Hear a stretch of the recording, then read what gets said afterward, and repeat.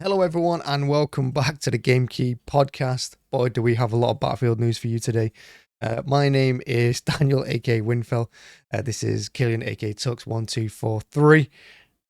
Say hello, Killian. Hello, That's Killian. that's Wait, me. this one here, that's Killian. I'm Winfell. Yeah, and so we're going to be talking about news, upcoming releases next week, and all kind of things. So stay tuned. But first, I'm going to let Killian tell you what he's been up to this week because he was on holiday last week. What have you been Yeah, playing? I got back on the weekend and I wanted to play Battlefield 6, but a friend of mine had problems with the game, so we stick to Battlefield 1. Was a bit sad to be honest, but I played Battlefield 1. I played Elden Ring, Wuchang, and much EU4. Big question though: is Wu Chang a better game now? It's not bad. It's different than most of the Souls-like. You can't really backstab. I think it's a bit easier because you have if you crit them in the back with a heavy attack, they are just stunned and you can damage them. It's pretty easy to do. The game is running on my PC, but I have a pretty good computer, so yeah. I know a lot of people It's have not a had bad issues with it. game. Not a bad game. Not a bad game. All right. Yeah. So what have I been doing? Lord of the Rings Online and Dead Zone Rogue. I played yesterday. I'm back to that. I had a big update. Fun. It's more like Aliens now. Right, so yeah, we're going to jump straight into the gaming news. We've got a lot to talk about. Like I said, we've got a lot of Battlefield 6 news, which I didn't like the first weekend. I think it's too much like COD. I think that's generally the complaint. But yeah, we'll see what the news tells us. So, first up, Battlefield 6 beta shatters Steam records as Weekend 2 steps up the action. So, as mentioned, Battlefield 6 did have a first beta. It's got another one right now. And as Killian said, he didn't play, but I did. And I said last week I wasn't a big fan of it. Really, it's too COD-like. However, it did break lots of records. It got over 500,000 concurrent players on Steam, which is absolutely massive. I think that beats any of the Call of Duty titles anyway on Steam. So all it did was build more hype. And for Weekend 2, again, that's already started. We have more maps, we have more modes, and the developer has been talking about where they're heading. We're expecting larger maps, that sort of thing. Whoops, I've just accidentally closed that one. I'll let Killian talk about that one. About which one? The next article. The next one. Okay, the Because next I one accidentally is closed it. Happens. It was the Javelin anti-cheat system. It probably worked pretty good because it blocked over 230 cheating people. So there were many cheating attempts already in the beta phase.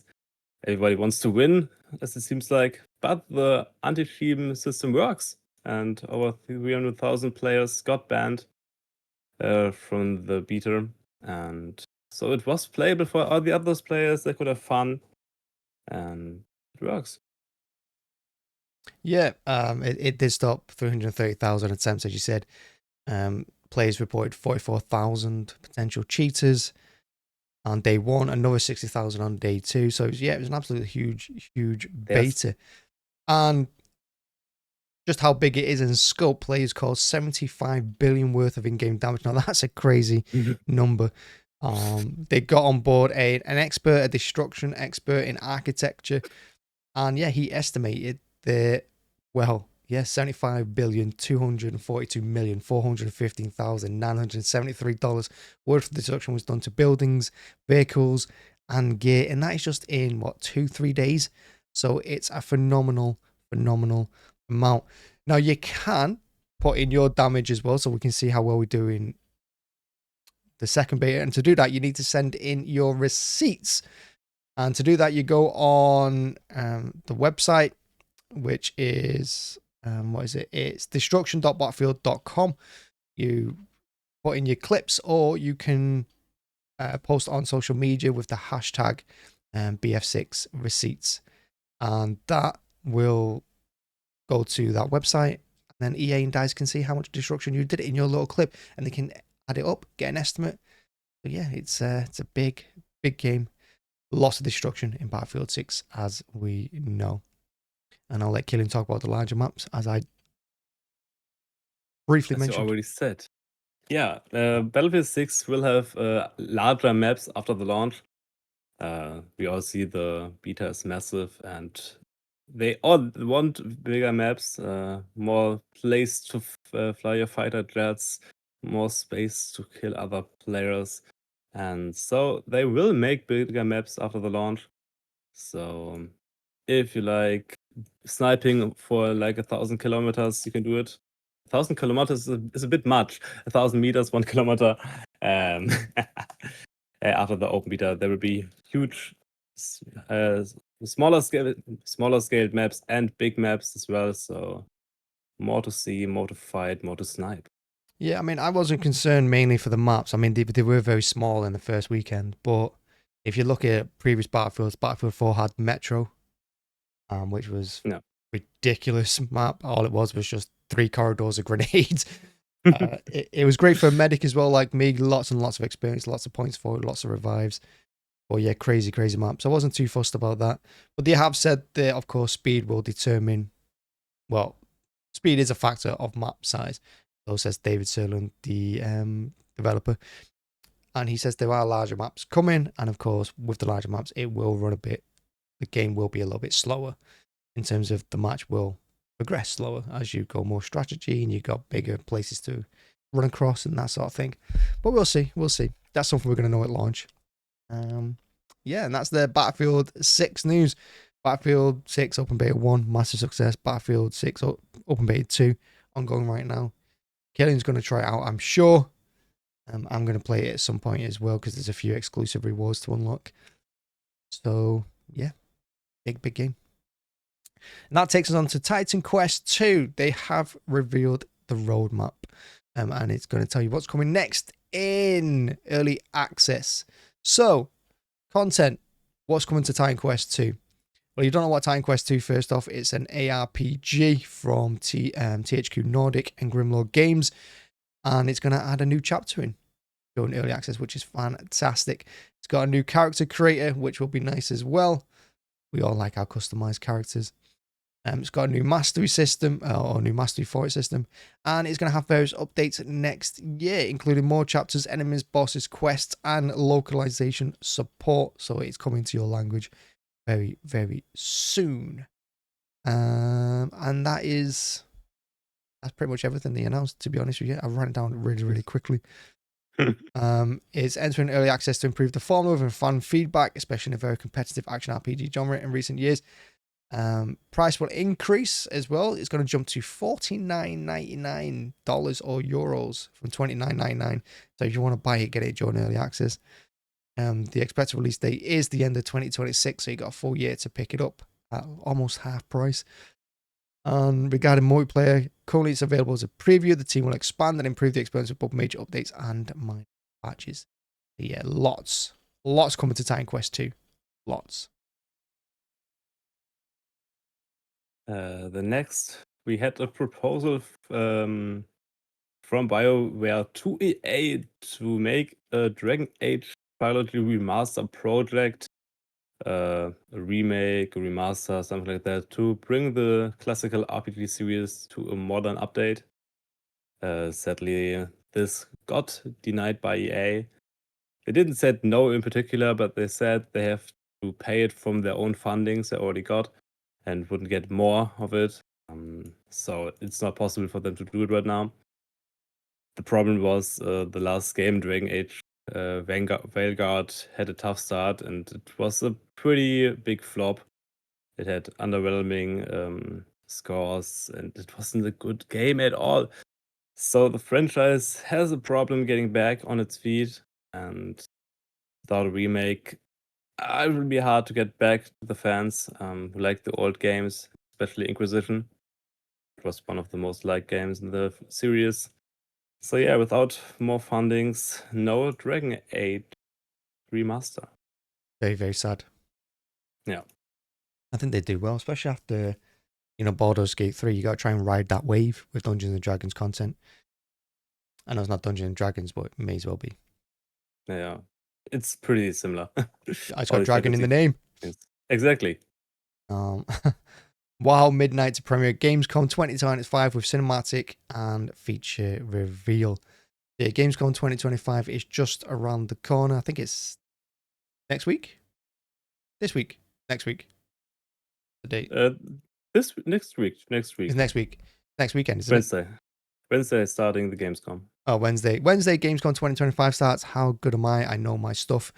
And yeah, if you didn't know, World of Warcraft Midnight is going to get it's going to get a reveal, which is super exciting. It's going to be the 11th expansion and the second chapter of the World Soul Saga, and following the War Within in 2024. Going to come with lots of new features, new content. I'm sure it's going to come with like new class changes and all sorts. It's going to be a big expansion. And of course, it's going to showcase, it's going to have player housing. Player housing is a big thing, and that's going to get showcased during the reveal as well, including creator matches for Season 3 Mythic Dungeons and Delves and cross-region arena with the top 4 teams from AWC Season 2. So there's a lot of reason to keep an eye out on this one. The expansion is going to be revealed on August the 19th. It's going to have gameplay in there as well. And yeah, like I said, it's going to have housing, show floor streaming, and creator clash live. Very big. Very big news.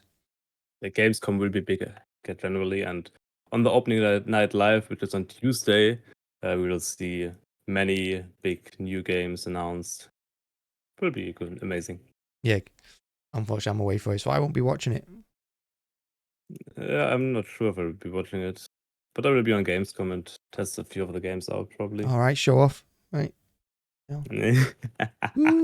Looking with his, his pass, his special pass. Yeah. Press. And press are doing news, so I'm press, okay? Obviously. Yep. But let's go on with Crossfire Rainbow, a new first-person horror shooter which got announced for PC with a surprise trailer. Smilegate and Tencent have announced Crossfire Rainbow. It's a new first-person shooter in the Crossfire universe, and it's coming to PC and mobile devices. It just got a trailer out of nowhere, but sadly, no release date yet in this trailer. The Crossfire series debuted in 2007 is one of the most played games per player count with over 1 billion users throughout its lifetime. The game focuses on free-to-play tactical first-person titles, and this game won't be much different. But it will change the direction a bit of the franchise. It's going to a fast-paced game. So in the series is known for the fast-paced first-person shooter gameplay, but Crossfire goes a bit more to horror and supernatural things. So it will be a bit different. You will see new things, and check out the trailer. There's no release date yet, but the game will be developed in the Unreal Engine 5 and probably come out next year, later this year. Not sure yet. We'll see if they get a release date soon. It looks nice in the gameplay trailer. Yeah. It looks very nice. Yeah, but I'm always scared if games are for mobile as well. If you play them on PC, it's often. Yeah, we will have to see. Yeah, they tend to focus. It's weird, isn't it, when they do that? Because it tends to focus more on mobile than the PC port. Yeah, because they want to make it simultaneously, and they have to work on the mobile thing first. Because if you make a PC game for mobile, it's hard. But you can make always a bad game for PC. Yeah, we'll see. Yeah, we will see. Look forward to it anyway. See what it's all about. Next up, we have a Far Cry TV show, which was accidentally leaked by Ubisoft. It shouldn't be any surprise, really. I think every big gaming franchise is getting a TV show or film of some kind. And it makes sense that Far Cry gets one. It has over-the-top characters. It has some very insane villains in it.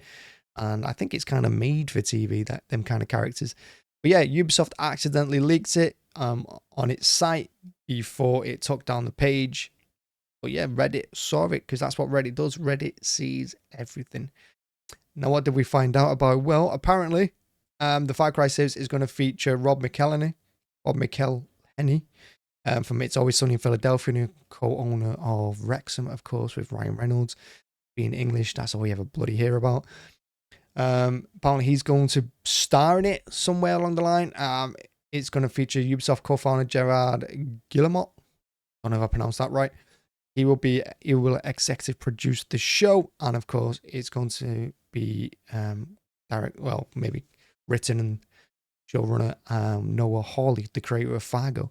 So yeah, there's a lot of big names in it already. We don't know the full cast. We don't know the story. We don't know if it's going to follow the games at all. But we just know a Far Cry series is coming.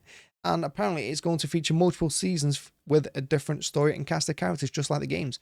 So yeah, it's going to be a Far Cry anthology. Not surprised at all. What about you, Killing? You surprised? No, all the big franchises are doing series now because it worked. It worked in many cases, so they all want to hop on the train and Yeah, hopefully create good series. video games are big right now, and everybody wants a piece of it. Yeah.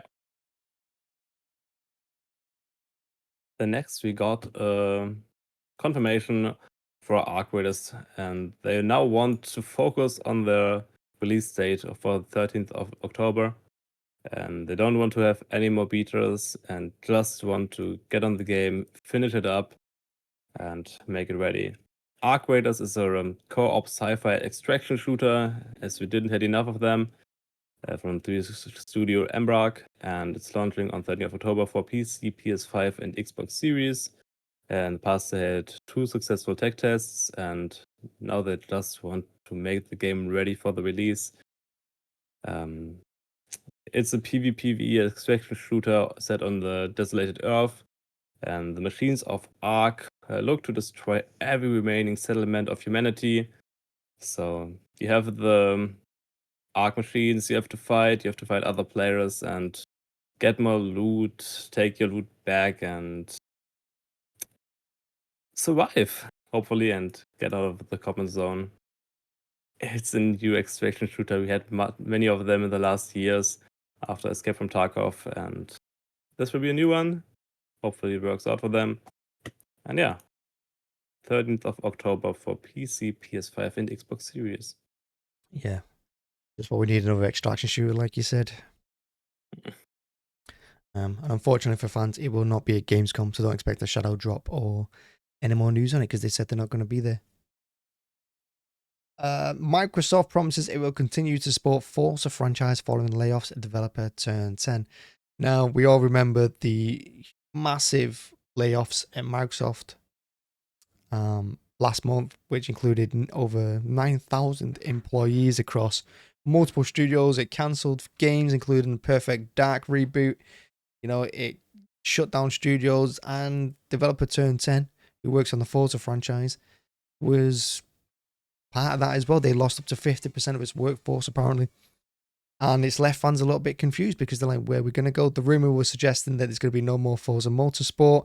They will now just focus on the Forza Horizon series. But Microsoft said it will support them both. Forza Motorsport will continue to get updates. We don't know for how long. We don't know if there's going to be another game in the series. We just know it's going to get support right now.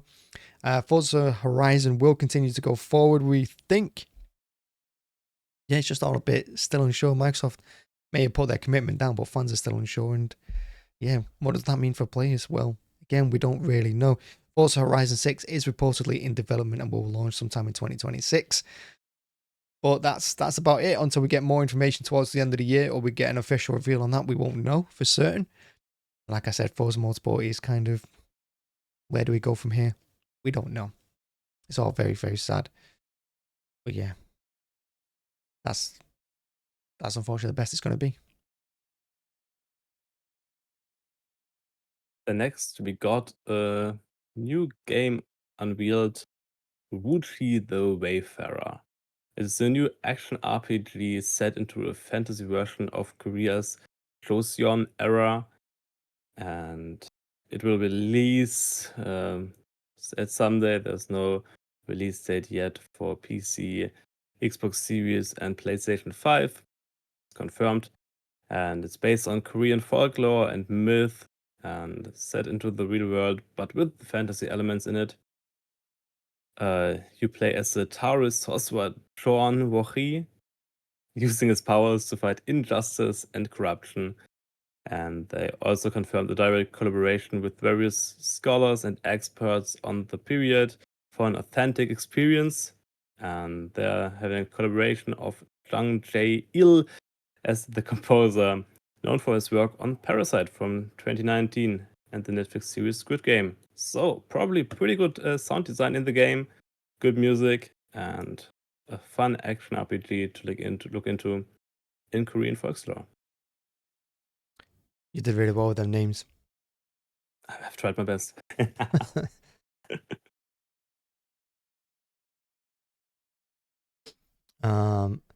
Next up, we have FBC Firebreak underperforms on Steam, but Remedy Entertainment, the developer, has confirmed its first major update is still coming in September.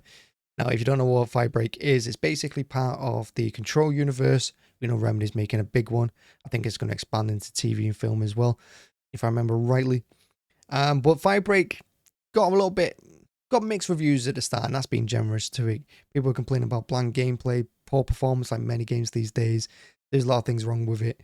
But Remedy is looking to remedy it by releasing a major update in September, which is going to put more variety on the missions. It's going to mix up a little bit, add a few more random parts into it. I think it's going to put in more events. It's going to switch up gunplay slightly. And they're hoping that it's going to have a nice big bounce back as well, because like I said, it's not got off to a good start on Steam. And part of that reason is, they say, is because of the Microsoft Xbox Game Pass and PlayStation Plus as well. People are just playing it on the subscription services. I mean, they put their game on them services, so I don't know what they were thinking. They did say they wanted Steam to be its major revenue maker. Well, you're going to put it on the Xbox Game Pass. Well, clearly it's not going to be, is it? More people are going to be playing it for free. So that's just part of the beast, isn't it? It's just, that's the risk you take. Yeah. But yeah, hopefully they do a bit better, because Firebreak is Remedy's first self-published game. So they do want this to succeed. So they're not giving up on it just yet. But yeah, if you are playing it right now, or you're thinking of picking it up, stay with it, buy it, because there's big changes coming. And it is available right now for PlayStation, Xbox, and PC too. It is a good game to play with friends. So if you've got friends, definitely worth checking out. The next, we got a open beta for the Play Prologue Go Way Back.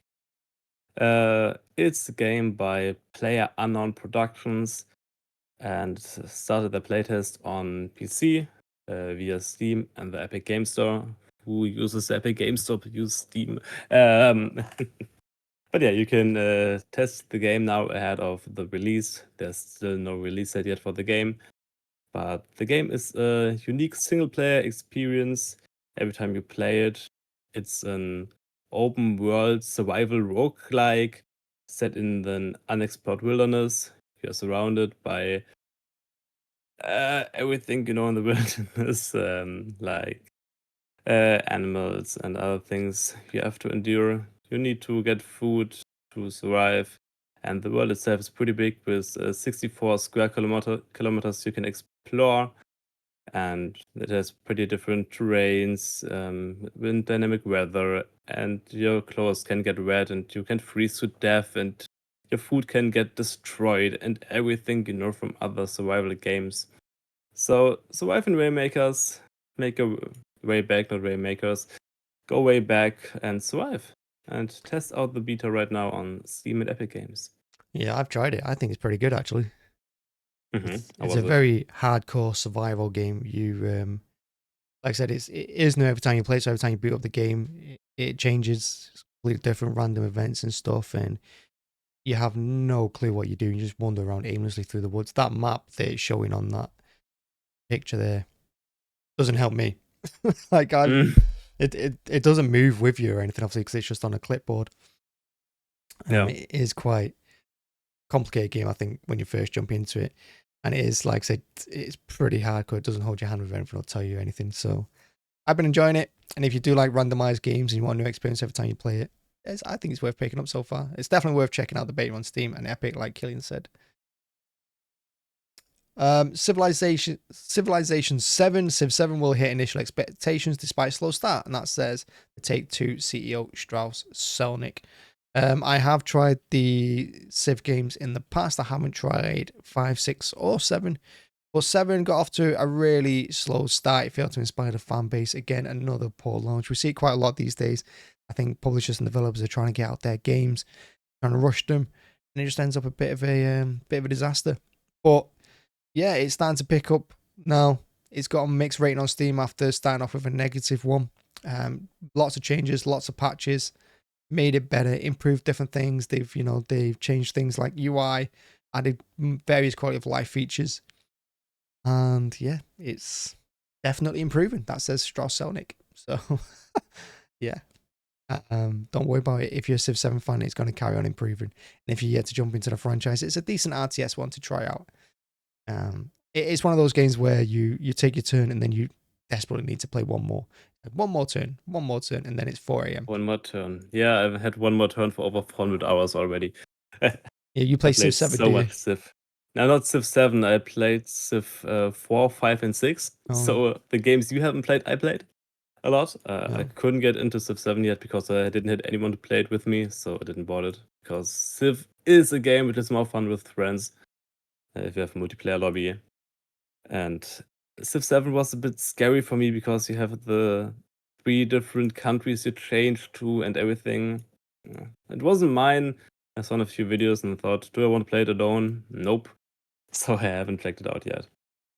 But Well, maybe I will do it now. yeah, it's improving, Killian. It's improving. Yeah, it's improving. So I have to check it out. But what we won't check out pretty soon is Crimson Desert because the launch got delayed to the first quarter of 2026 with no release date announcement. No, don't die, please. We still need you. Do my best. That's good. Polybus moved the launch to the first quarter of 2026, but they will have a playable demo at Gamescom, at least. Yeah, they announced the game long ago and they wanted to have a release this year, but sadly they couldn't finish it in time, so they delayed it. Better than giving us an unfinished game, obviously. They want to work on Crimson Desert, improve it, and the game is in the process of voiceovers, launch preparations, and console certification, but it all needs time. They still have to make a few additional changes, so it will become available early next year. So not so long to wait. But yeah, we can play finally Crimson Desert, or you can test out the demo at the Gamescom. Now, it's been out for a while, but we now know more information about Stellar Blade, and it has sold 1 million copies on Steam in its first 3 days, becoming the fastest selling Korean game on Valve's platform. And like I said, it started off as a PlayStation 5 exclusive, then launched on PC after a year later. It released back in June 11th on Steam, and it went big.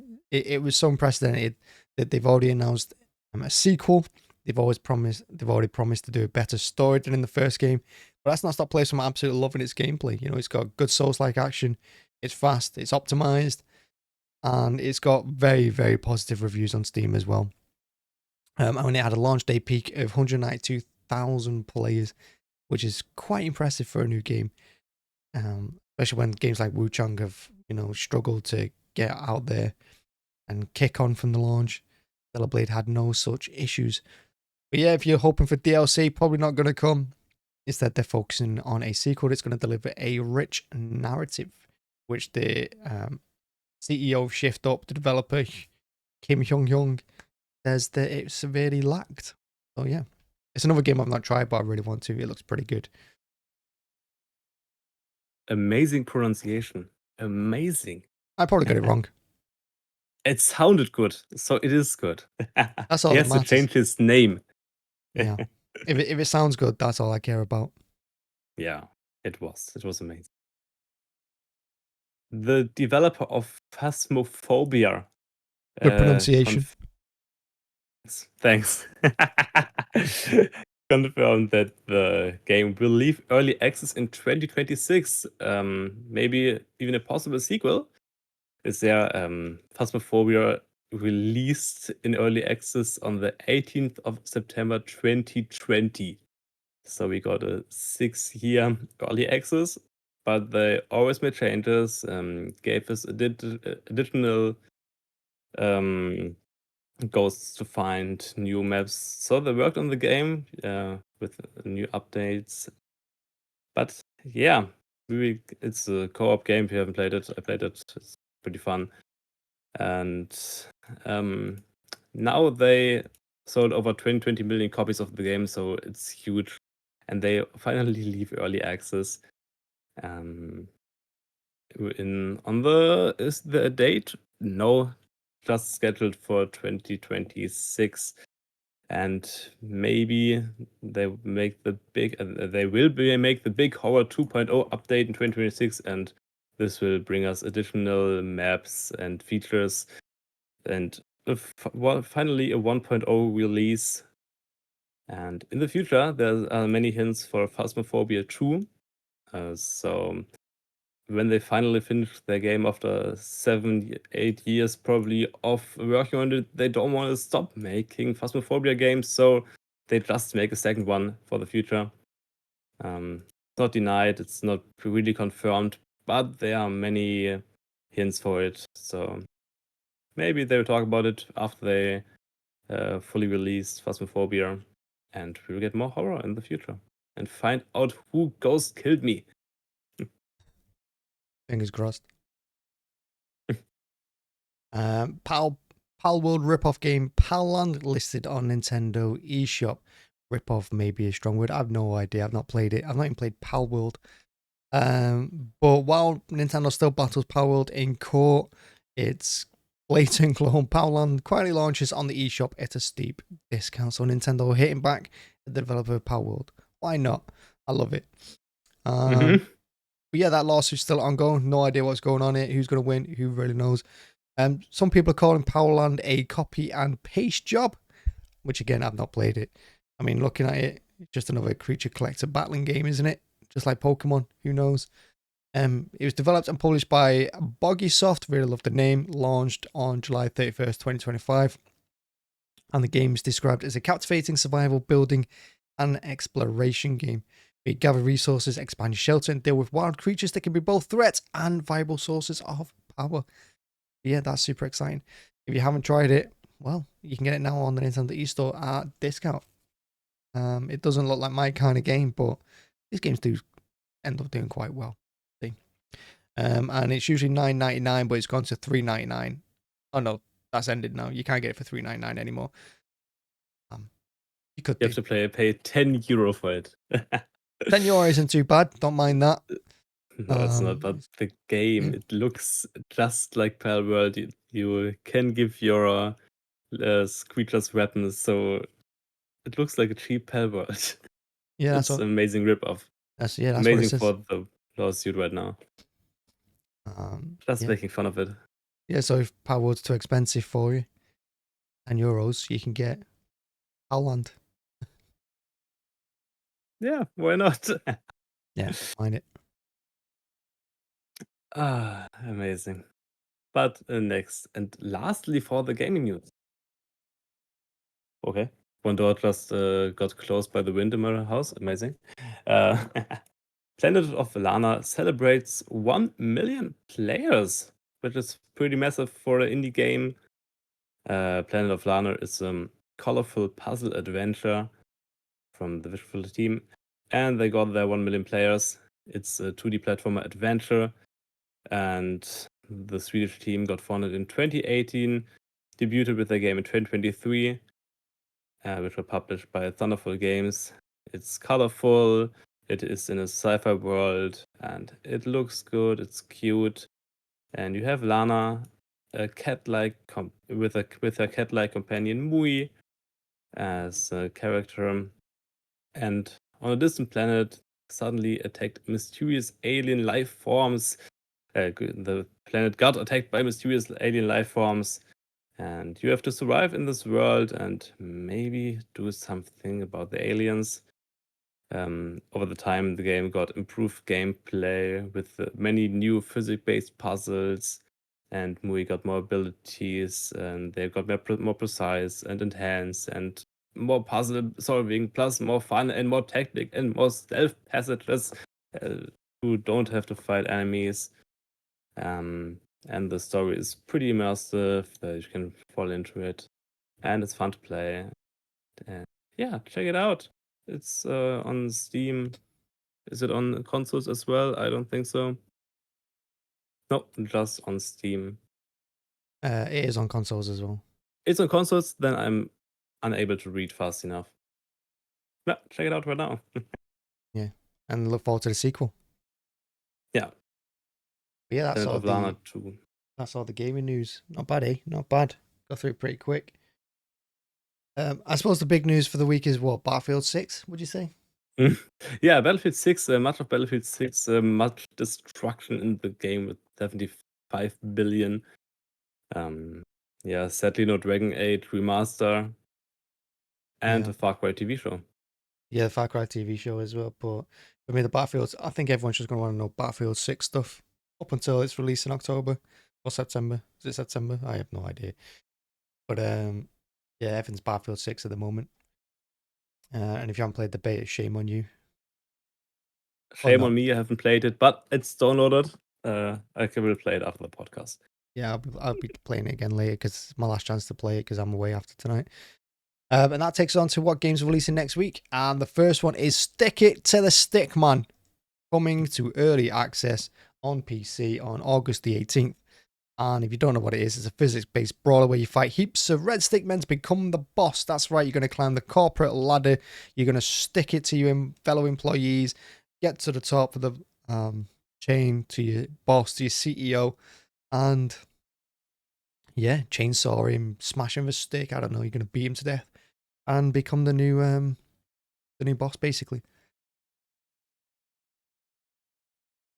Don't Oh, die. oh, that cough. Honestly, I don't know what's happened. But yeah, that's what it's all about. It's all about just beating as many of the red stickmen as possible and becoming your own boss. You're gonna go nuts. You're gonna batter them. You're gonna smash them. You're gonna burn them. You're gonna, like I said, chainsaw them if you want. You're gonna steal cars, suppress protesters. You can do it all in this game. It's just a fun game, and I got a feeling people are gonna absolutely love it. And it's not just single player. It has co-op. It's got shared split screen as well. How exciting is that? It's got remote play. Do it. Stick it to the stick, man. August 18th on PC. It looks so amazing. It looks so funny to play. It's gonna be fun. Yeah, definitely. The next we have Sword of the Sea, a game from the artist behind Apsu, The Pathless, and Journey. And the game is an atmospheric surfing adventure with fast movement inspired by classic skateboarding and snowboarding games. You surf across magnificent waves of sand and glistering on your journey to restore a lost ocean. You have a world to explore, fully handmade, which looks beautiful, with many different settings. You'll be in snowy hills, in desert, and see many creatures on your journey. And the big target is to get the ocean back because you like surfing, and isn't it best to surf on some waves? So you need to make an ocean first. But it's a surf game. It's all about how it looks, about the beautiful world. It has a beautiful design. And the game will release on the 19th of August for PC and PlayStation 5. It's more about the journey than anything else. Yeah, definitely. Basically, Tony Hawk's, but on sand. Yeah. Yeah. Tony Hawk's on sand. Yep. Next up, for Void Breaker, the adrenaline-fueled roguelike FPS is coming to early access as well. So many games into early access. This is launching on the 19th of August on PC. And if you don't know what it is, well, it's like a fast-paced PvP Destiny, I suppose, the way I would describe it. Facing up on a hostile AI, you're going to discover limitless weapon combinations using the ultimate gun modding system. You're going to combine mods to create devastating loadouts, and you're going to unleash that power onto those unsuspecting AI. You're going to blast, you're going to shoot, you're going to throw grenades. You got all sorts of weapons and gadgets at your disposal. Yeah, it looks like a lot of good fun, and I think this is one of those games where you can customize your playstyle quite a lot. So the way you play the game might be very different to someone else, which is good as well. And it is done by a solo developer, but don't let that put you off because some of the best games come from solo developers. And this is all about pushing yourself to your limits. Look forward to it. And this is on the 19th of August as well.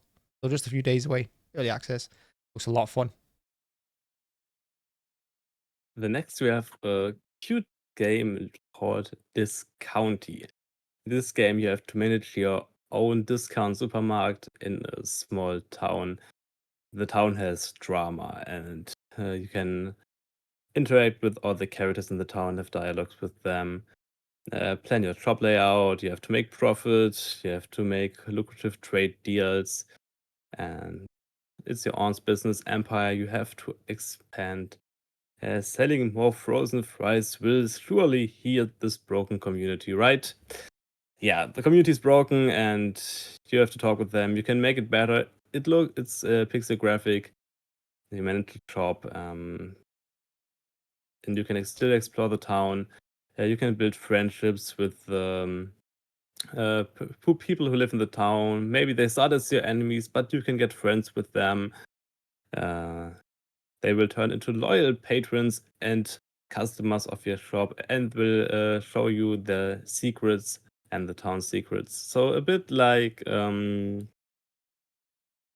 Valley, just with the shop. And it looks pretty cute. I've seen it and I've wishlisted it. And yeah.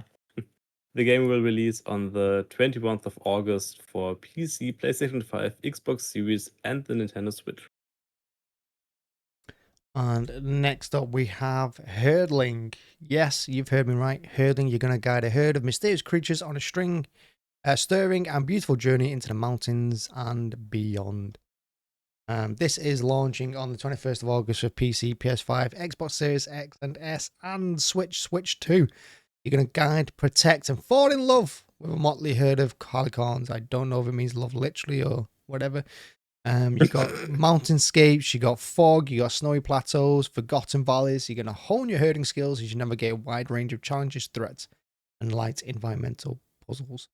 And you're going to feel the rush of the mountain air through your hair as you herd them in an exhilarating stampede sequences. It's an emotional, wordless tale of love, trust, and an epic journey. And like I said, it's coming out on the 21st of August. This is a bit of a strange game. I'm probably never going to play it. You never know. But if you want to stay away from PvP, you've had enough of Battlefield 6. Fall in love with whatever this creature is. That's super exciting. Herdling. That's the name. Hurdling. But I think that's it. That's it. That's I think we got everything. That's all the gaming news. That's the games coming out next week. Yeah, another successful podcast, I think. The big news for me, like I said, I think it's Battlefield 6. Just thought it's important right now, to be honest. And more Battlefield 6 news, the better, I guess. Anything you want to add, Killian? Anything you want to say before we disappear for a week? Yeah, for my last words, I need you, okay? Please say this. I sent it to you on Discord. Just say it.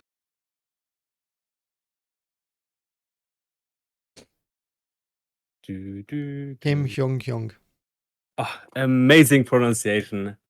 Thank you. And So, bye. to everyone, and Kim Hyung. Bye.